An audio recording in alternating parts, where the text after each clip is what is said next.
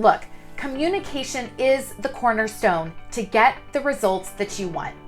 Whether that's for an entire organization to have streamlined communication across teams and departments, leaders, individuals, whether that's to have stellar communication for leaders to mobilize people in the direction that they want to, or whether just you as an employee with another employee, a colleague, a peer, getting them to say yes or no or agree to something. Communication is the cornerstone. So today I want to share with you 3 very common barriers that we see when it comes to effective communication. The 3 things that we see pop up most often, that are keeping people from having a truly effective message get out there. And when I say effective, I mean your message is delivered and it gets people to do what you want them to do. That's the essence. So let's start with the first one. First barrier is overcomplicating the message, overcomplicating the communication. While yes, we want to provide details, we want to make sure that there aren't details that are irrelevant to the topic at hand.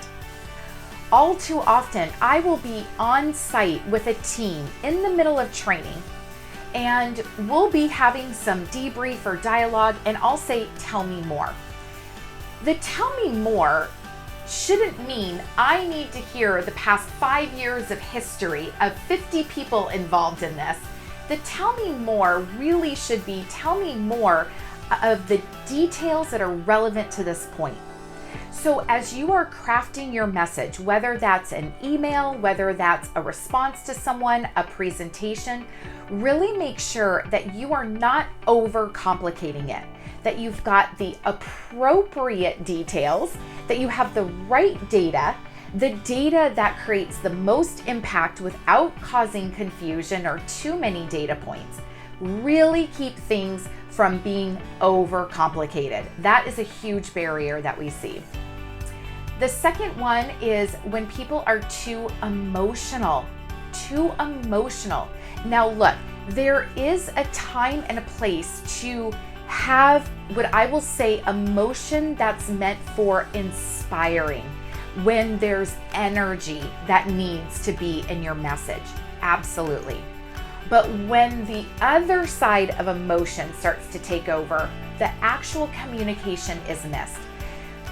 The audience, whether that's one person you're speaking to, whoever is listening to this message, they are lost in your emotion and they're missing the key to the message. And it's so ironic because just this morning, as I was preparing this video, the book that I'm reading is not necessarily about communication, it's about sales, but I want to read this quote to you. The author's name is Jeb Blount, and he says, "In every sales conversation, the person who exerts the greatest amount of emotional control has the highest probability of getting the outcome they desire." I would say Jeb hit it on the head, and not just in a sales conversation, it's in any conversation.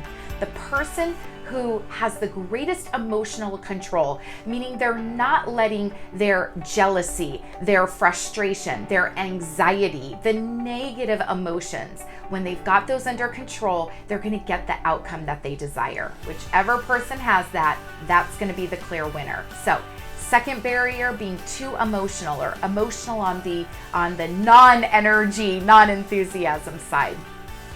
And the third barrier is purely body language.